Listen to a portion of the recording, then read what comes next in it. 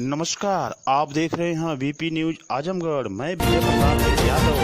Channel को subscribe करें, सबसे पहले मेरी खबर आपको मिले।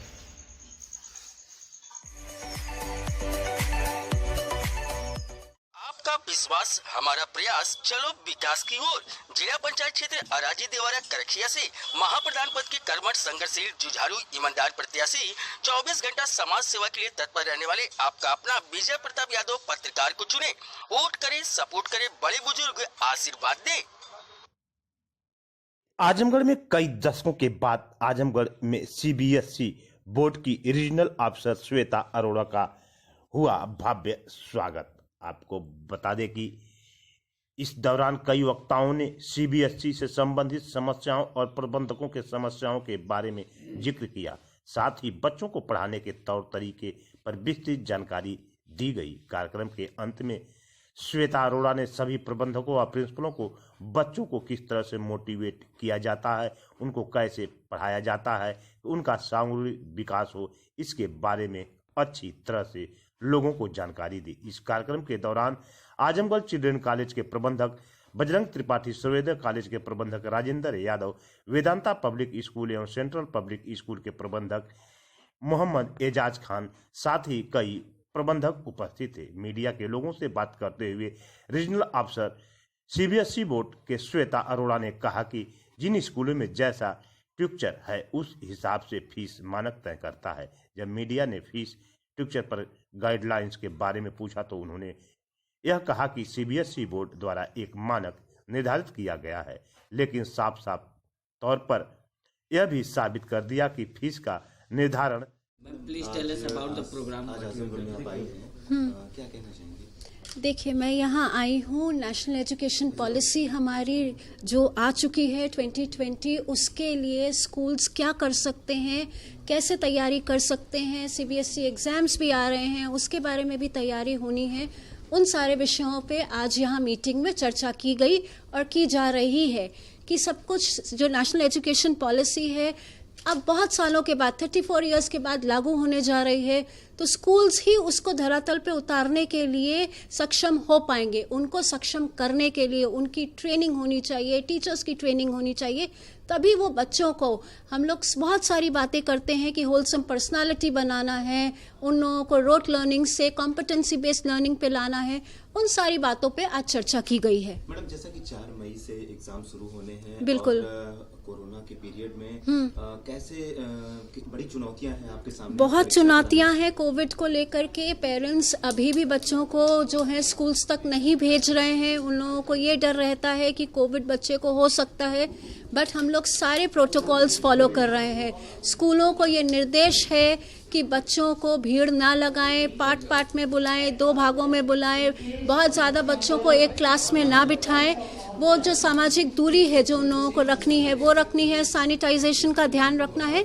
वही करते हुए हम लोग अपने बोर्ड के एग्ज़ाम्स भी करने वाले हैं और हम लोगों ने अब की बार सेंटर्स बढ़ाए हैं ताकि हम और ज़्यादा बच्चों को उन फिजिकल डिस्टेंसिंग के नॉर्म्स के साथ, सैनिटाइजेशन नॉर्म्स के साथ, मास्क अनिवार्य होंगे, ये सब कुछ प्रोटोकॉल्स फॉलो करने के साथ हम एग्ज़ाम्स करवा पाएँ और सुचारू रूप से करवा पाएँ। इसके लिए हमारी डेट शीट्स भी आ चुकी हैं और अब की बार पहली बार 3-4 एग्ज़ाम्स ऐसे हैं जिसमें डबल पारी में एग्ज़ाम होना है, मॉर्निंग शिफ्ट में भी और आफ्टरनून शिफ्ट में भी। वो इसीलिए होना है कि कोविड के प्रोटोकॉल्स को हम लोगों ने ध्यान में रखा है। मैडम, एग्जाम के डेट को लेके पहले भी सोशल मीडिया में कई भ्रांतियां काफी लंबे समय से चल रही थी। उसके बाद बोर्ड ने एक गाइडलाइन जारी किया, फिर उसके ऑफिशियल वेबसाइट पे इसके नोटिफिकेशन। देखिए, हम लोग हमेशा ये कहते हैं कि सीबीएसई से रिलेटेड कोई भी जानकारी किसी और पोर्टल से ना लें, सिर्फ सीबीएसई की ऑफिशियल वेबसाइट से लें। हमारी वेबसाइट पे अगर इंफॉर्मेशन है तो वो ऑथेंटिक है, अगर हमारी वेबसाइट पे इंफॉर्मेशन नहीं है तो वो ऑथेंटिक नहीं मानी जाएगी। आप ये बात सारे बच्चों तक पहुंचाए। कई बार उन्हें भ्रांति हो जाती है, किसी ने फ़ोन कर दिया, कुछ कह दिया, गूगल से देख लिया, किसी और प्लेटफॉर्म पे नहीं देखें, सिर्फ सीबीएसई की जो ऑफिशियल वेबसाइट है उसी पे सारी इंफॉर्मेशन देखें। हमारी हर इंफॉर्मेशन, प्रैक्टिकल की एग्जाम्स, कितने मार्क्स का एग्जाम है, कब है, कितने बजे है, सारी इंफॉर्मेशन वेबसाइट पे होती है। ऑफिशियल वेबसाइट जो सीबीएसई के है, सिर्फ उसी को फॉलो करें। मैडम उसमें एक चीज और भी, एक प्रॉब्लम और थी कि काफी लंबे समय से पैटर्न उनका जो था और सिलेबस था, इसको भी लेके काफी सिलेबस पैटर्न बिल्कुल चेंज नहीं किया गया। देखिए, नेशनल एजुकेशन पॉलिसी के तहत जो चेंजेस आने हैं, हमारे क्लासरूम्स में वो चेंजेस नहीं आते, तो एग्जामिनेशन पैटर्न के थ्रू वो क्लासरूम में आएंगे। इसीलिए पिछले साल भी 2020 के एग्जाम में कुछ पैटर्न चेंज हुआ था, 10% करके। हम लोग ये कोशिश कर रहे हैं कि 2023 तक पैटर्न कंप्लीटली चेंज हो जाए, ताकि हमारी नेशनल एजुकेशन पॉलिसी मूव करे। उसी के तहत हम लोगों का पैटर्न एग्जामिनेशन चेंज हुआ है। उसके लिए सैंपल क्वेश्चन पेपर्स अक्टूबर के महीने से आ चुके हैं, बच्चे उनको प्रैक्टिस करें।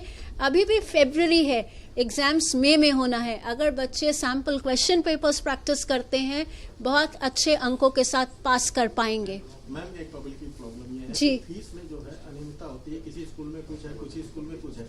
सीबीएसई का एक गाइडलाइंस होगा कि फीस की क्या गाइडलाइंस? हमारी एफिलिएशन की जो वेबसाइट है, हमारी एफिलिएशन की जो बायलॉज हैं, उसमें ये मेंशन्ड है कि फीस का क्या होना है, क्या नहीं होना है। हमारे एज बायलॉज एवरीथिंग क्लियर है। आप एफिलिएशन बायलॉज देखिए, उसमें मेंशन्ड है हमारी फीस के बारे में। इस समय सीबीएसई बोर्ड से सब, हर एक आदमी सीबीएसई बोर्ड से अपने बच्चे को पढ़ाना चाहता है। बिल्कुल पढ़ाना चाह रहा है। फीस के कारण कुछ ऐसा तबका है जो कि सीबीएसई बोर्ड में नहीं पढ़ा रहा है। ये एक बड़ी प्रॉब्लम है, इसलिए सीबीएसई बोर्ड में निरंतर। देखिए, सीबीएसई बोर्ड के भी स्कूल्स बहुत अलग अलग तरीके के हैं। कुछ स्कूल्स में बहुत जो देखिए इंफ्रास्ट्रक्चर जो जैसा बनाता है उसी प्रकार की फीस रखता है। हमारी एफिलिएशन बायलॉज में कहा गया है आप क्या फीस ले सकते हैं, और अगर बच्चे को उस फीस में एक्चुअली आ सकता है, क्वालिटी एजुकेशन पा सकता है, तो क्यों नहीं, वो आएगा ही आएगा। Thank you so much.